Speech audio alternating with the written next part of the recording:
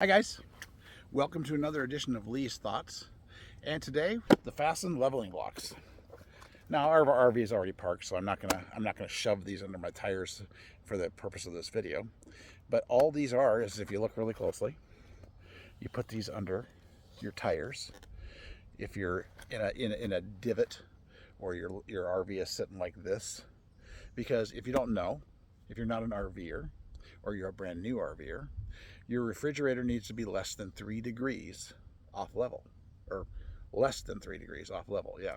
So if you're more than 3 degrees off level, it could screw up your refrigerator, or your refrigerator won't work.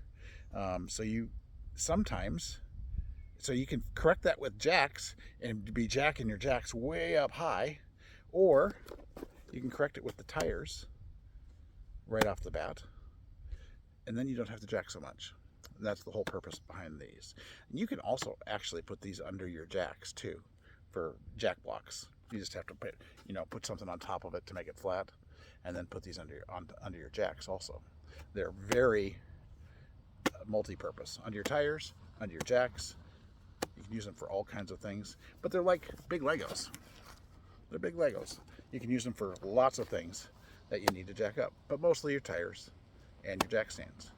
But I highly recommend, and I had these with another RV, so I'm not unused to these, but I had to buy two new sets for this RV.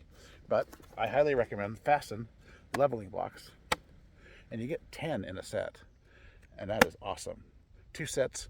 I have 2 wheels. I only have 1 axle. That will more than do this, and I can put them under my jacks too if I need to. Go out and get yourself some today.